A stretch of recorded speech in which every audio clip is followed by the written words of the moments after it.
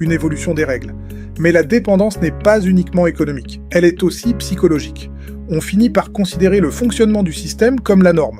Comprendre ce mécanisme ne signifie pas qu'il faut rejeter le système. Cela signifie simplement qu'il est utile de prendre conscience, car la prise de conscience est toujours la première étape vers la liberté stratégique. Solocab, l'illusion des applications. Page 6. Partie 5, l'illusion du flux. L'une des perceptions les plus répandues dans le secteur est celle du flux. Le flux de course est souvent perçu comme quelque chose que la plateforme fournit aux chauffeurs.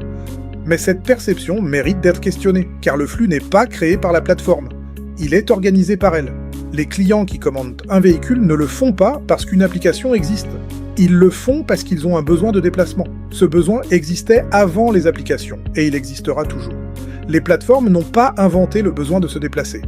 Elles ont créé une manière plus efficace de l'organiser.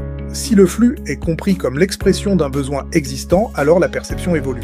On commence à voir la plateforme comme un canal parmi d'autres, plutôt que comme la source unique de l'activité. Le flux peut donner l'impression que l'activité est fournie, mais en réalité, l'activité existe parce que des clients ont un besoin et parce que des professionnels y répondent.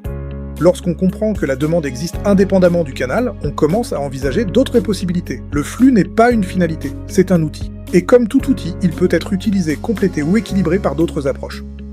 Partie 6, les conséquences économiques. Au fil du temps, de nombreux professionnels commencent à ressentir un décalage entre l'intensité de leur activité et le résultat économique qu'ils en retirent. Beaucoup travaillent davantage, mais ont le sentiment de gagner moins.